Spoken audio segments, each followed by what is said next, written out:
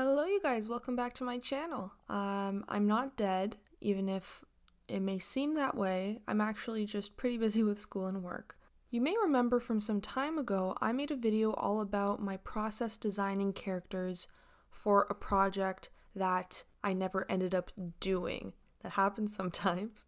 In this video, however, I'm going to be designing a whole cast of characters, and I'm going to go through how I would apply my character designing process if I have a whole bunch of characters I need to make look like they come from the same world. First up, always, is the story. The story is pretty much completely planned out, so I already know who all these characters are, what their relationships are with each other, what their personalities are, and their character arcs. So I didn't really have to go through this stage again since I already had all that groundwork built up. Really trying to think about who these characters are, where they came from, what they want, what the story is going to involve them in, what their relationships are to each other, and just rough out a couple quick concepts and thumbnails for where you want the character design to go. So you may be wondering, why do I really need to know the character's personality before I do anything? And it's because of this, shape language. If you're not already aware, here's a quick crash course in what shape language is. Squares generally represent stability, sturdy characters. Circles are generally friendly and, cutesy kind of characters, and triangles represent dynamic, sometimes evil, chaotic characters. This is a very big generalization, but that's the kind of vibe you get with each shape. So if I had a character that was stable, responsible, almost a fatherly type figure, I would want to design them with squares. If I had a character that was more dynamic and mysterious and unpredictable, I would use triangles as their main motif. And if I had a character that was really young or just really cute and kind in general, I would definitely use round, circular shapes while making up their body type. So a recent addition to my desk space is I printed off these anatomy reference sheets, and I can't stress enough how much of a difference using reference makes. I especially use this diagram that shows different head proportions as characters get shorter / younger as reference, since some of my characters are pretty freaking tall and some are short. My best advice I can give to you for this is to get the landmarks down on the proportions, whatever proportions you're using. The main landmarks are the head, like from top of the chin to bottom of the chin. That's the basic unit of measurement. And then, generally speaking, one head down from that is the armpit line / the nips. One head down from that is the belly button. One head down from that would be the crotch. One head down to that would be the top of the knee, and then another head down would be under the knee, and then another head down is kind of like ankle, and then maybe like another half head for the feet. It really depends on how tall or short the character is. Anyway, so once we have the landmarks down, now we gotta sketch the actual body. Constructing the body is not easy. Obviously, number one, use reference. Number two, practice life drawing. There's plenty of free online resources. That's the only way you can really improve drawing people. I use Pinterest most of the time to gather my art references. I'll leave links in the description to some of my most used boards for you to check out. I have boards for anatomy, poses, clothing, all those sort of things. So if you need some references, I'll leave some links for you in the description, just from me to you, because I love you. Now, things to think about when you're designing more than one character at a time. You need to make sure there's lots of variety between the characters, or it's going to look super boring. Things to vary is height, body type, aka how much fat versus how much muscle, proportions. As you can see, these two characters are the exact same height, but one of them has longer legs and one of them has a longer torso. In an ideal figure, the crotch line is supposed to be the middle of the figure, but everybody has different proportions, and when you're designing lots of characters, sometimes it's good to reflect that. Not every body is ideal. Even before we start adding clothes, we need to start thinking about shape language. So let's look at these two characters. We have Freddie and Adeline. They're both very tall and slender. Obviously, one is masculine and one is feminine. But more importantly than that, Freddie uses more squares and rectangles to represent rigidity because he's a very stubborn and uptight character, and Adeline is more round to show that she has more of a warm, motherly, kind sort of personality. Then compare this body type to Noah, who's still more round and slender because he's not even finished puberty. He's kind of an awkward preteen at this point in the story. So we've constructed the body types that we're going to work for this character lineup. Up next, we're going to be putting them into clothes. And I told you we're not losing the shape language anytime soon. So now it's time to talk about shape language and silhouette. Before you get lost in the details, you need to consider the overall silhouette, the overall shape the clothes are going to add to each character and how that ties into their shape language. For example, we have Warren and Andrew, two buff-looking, tall gentlemen. Already, just from their body, we can see that Warren's main shape is around triangles and Andrew is a square. But the costuming further accentuates that. Andrew's vest cuts off at his shoulders, giving him an overall square shape. If I did the same with Warren, he'd look square too, so instead I gave him these short sleeves that give the impression of a triangle shape.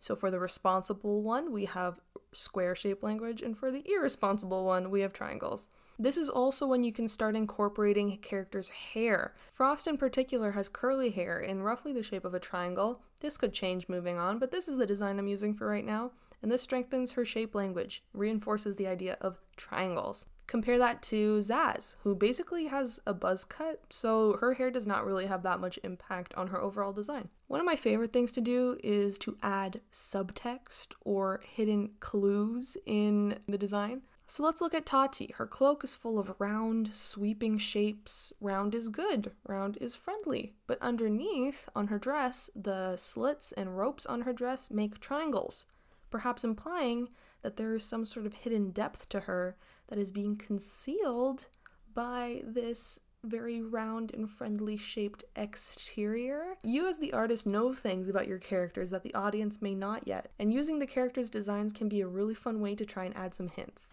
I already mentioned using references briefly, but let's get into that a little more. You may remember from my last character design video that I've been toying with the idea of using traditional Greek clothing as the inspiration for fantasy designs, as opposed to a general medieval Europe, but I never went through with the challenge I mentioned in that video, so I wanted to revamp that idea with some spice.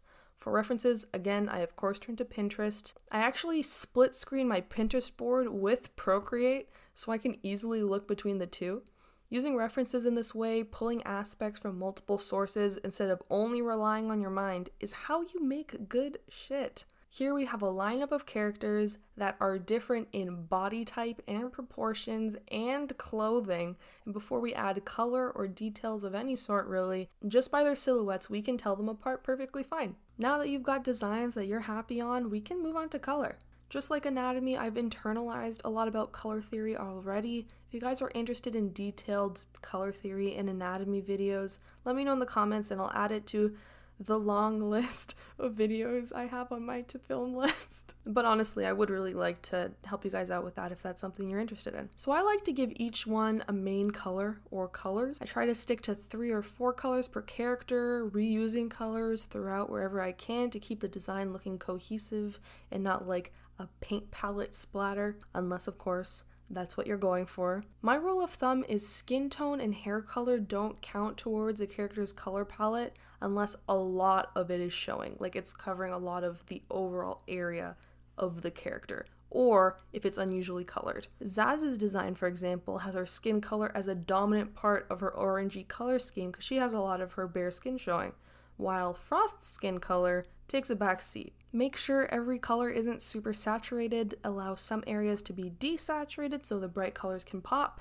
A good way to check for contrast is to convert your drawing into black and white. There's many different ways you can go about doing that. You should have a mix of highlights, midtones, and shadow tones. If different areas of the design are mixing together, considering making one of those colors lighter or darker.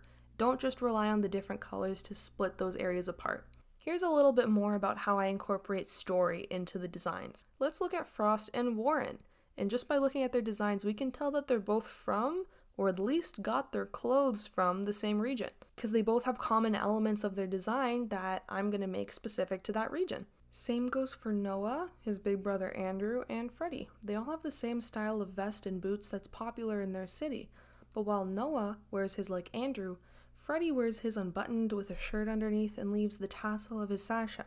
Freddie is a lower class citizen than Andrew and Noah, so even though the style of vest is the same, the colors are different. The prologue of my story is 2 years before the main story starts, so for the characters that have changed the most in that time, I wanted to sketch how they were before and after.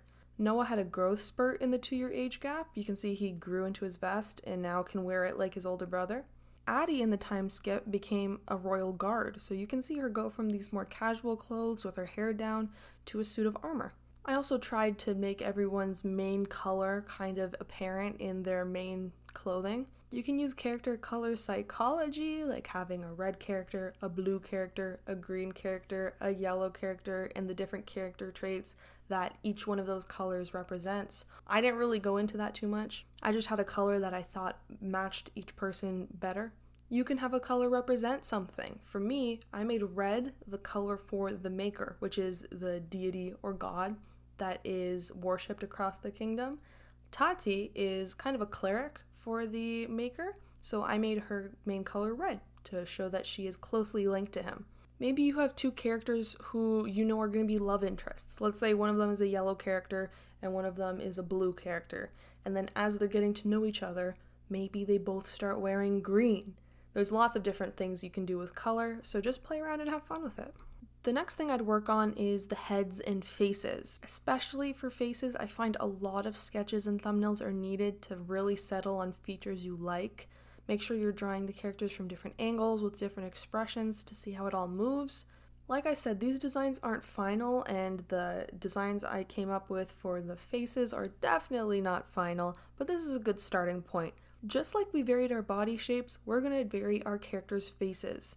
We're going to make their head shapes different, the proportions different, their eye shape different, nose is different, lips, ears, hair, all of it different, unless they're related or something.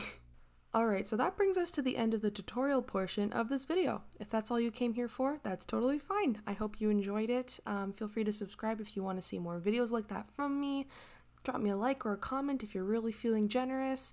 But if that's all you came here for, thank you so much for coming. I hope I see you again soon. If you'd like to stick around, I have prepared a slideshow presentation giving you an overview of the general plot and the characters that I used to make this tutorial.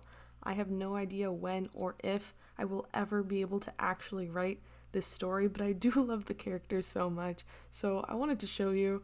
It doesn't have a title. Fantasy book. Working title. Need to know plot info. The main plot is a group of mercenaries have been gathered by their mutual friend Andrew, who they all love, even though they don't like each other and they don't get along. They get a job to put a relic on top of a mountain where there's a rift to the underworld that needs to be resealed. None of them really believe this. They think it's BS. Andrew's little brother Noah stashes away in their wagon. They don't get there in time, and the rift explodes, and it looks like something escapes, which might be imprisoned evil spirits, aka the antagonists. 2 years later, the world has gone to shit. Andrew is sick with a magical plague that has no cure, and Noah gathers the team again to fix what they let happen and find a way to heal Andrew. Now onto the characters. First up, Noah. He is an angsty 14-year-old forced to get his older brother's buddies together again to save the world. Except Andrew was the only thing that kept them functional, and Noah is not exactly team dad material. He also smokes, but there's a plot reason for why. That's just important to mention. Now, you can see here I have aesthetic boards for each of the characters, but more importantly, I have meme boards for each of the characters that I think can give you guys a more clear understanding of who they are as characters than any description ever could, so I hope you enjoy the meme board. You can pause to read it if you like. Yep, excellent. Okay, moving on to the next one. Next up is Freddy. His real name's Kay. He was brought to the kingdom as a toddler. He was given the name Kay in an orphanage, but Andrew nicknamed him Freddy when they met each other, and it stuck. He's a part of an oppressed fantasy race I created, kind of like elves, but they're called the Ephraim. Aesthetically, they have pale skin, really curly white hair, and notched ears. He is very, very stubborn and uptight. And he pretends he doesn't care, but he cares a lot. Here's his meme board. I love it. Next up is Frost. No real name given. She's basically an urban legend in the cities that they are in. She's ruthlessly capable and deadly. She's a rogue, like a thief, with a spotless record, super big reputation. Everyone's scared of her, but really, She's a sweet ball of anxiety that barely clears 5'3". No one knows her deal. No one knows her real name. She just is. And here is her meme board. I love this one. I have to stop laughing at my own stuff. I just really like the memes. Yep. Okay, next. Next up is Zaz. Real name Zazima. She's an outlaw from a country outside of the kingdom, so she's not from the kingdom that we're in right now. She lived the bandit life with Addie for years, but in the 2-year age gaps between the prologue and now, something went down between the two of them, and now Zaz hates Addie with all her heart and can't stand to be in the same room with her. The group, who thought they were dating in the prologue, are very confused. She has 0 impulse control, all action, all hands, all the time. And here is her meme board. Next is Addie, Adeline. She went from being this really carefree bandit outlaw with Zaz to becoming a member of the Royal Guard over the 2-year age gap. She's very motherly and very caring to a fault. Whereas Zaz seems really pissed with her, Addie is just very sad. She's not having a good time. And here's her meme board. Yeah, you can tell. Yep. Next is Warren. He is a self-destructive, smooth-talking asshole, and he has a heart of gold, but you guys knew that already. You could see that coming from a mile away, probably. And he has daddy issues. This is my favorite one. This is my favorite board. This is the best way I can describe his character. These images. Okay. Next. Finally, we have Tati. She is an avatar of the Maker, who is the god that the whole kingdom worships, so she's blessed with powers of healing and divine visions, so she's kind of a big deal. But really, she's just been cooped up by the church her whole life and is really determined to get out and fulfill her destiny. And as a healer, she is taking the fact that she can't heal the magical plague very hard. And here is her meme board. That's it. If you comment any theories or reactions to the story or the characters, I will love you forever. Thank you. Thank you. Goodbye. You can follow my art Instagram at Miss Katarina T for art that you're not going to see on here. And over here, there are some videos that I think you'll really like. I make new videos every other Monday, unless I don't. So I'll see you maybe in 2 weeks. This is so weird to be filming the outro with no face. Okay, I still gotta leave you with your kiss though. Okay. Mwah.